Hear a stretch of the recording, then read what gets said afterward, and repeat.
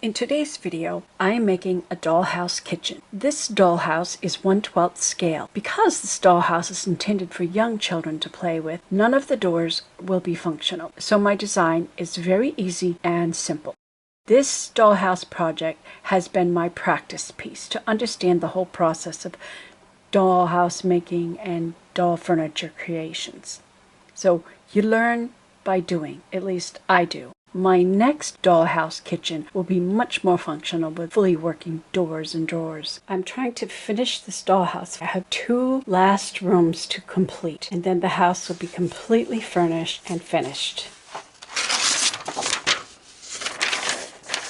I begin with graph paper to work out my layout. After marking the location of the doors and the windows, I drew out a plan for this room with the refrigerator in the corner, the sink underneath the window, and a corner unit, and the stove here.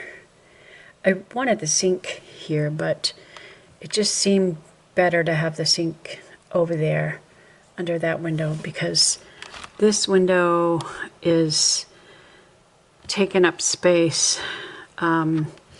And I need to have room enough for a small table and chairs, and I'm planning on doing a round table for this tiny kitchen. That helps me to get the dimensions, the size of everything that I need to make my kitchen unit.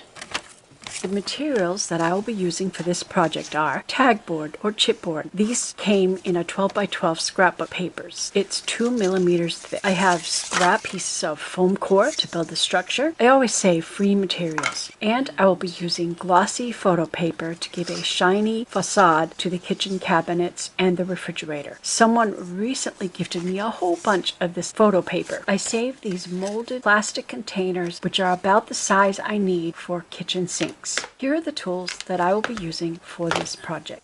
I have not spent any money on this dollhouse project except for buying glue. When cutting foam core, I find it useful to slightly score the top layer and then on the second cut all the way through to help you get a straight down cut. I run the knife along the side of the stainless steel ruler as a guide for the knife tip. You will notice that I cut the base pieces slightly shorter to allow the upright pieces to fit in the gaps. The foam core is about 1/4 inch thick. This basically is how it will fit together. I use chipboard for the back side so that it won't become too thick. The whole thing will be glued into the house once it's completely assembled. Before I start gluing anything, I always test fit the pieces to make sure I got the right size and everything is fitting like it should. Looks like it's going to work, so now we begin putting it together.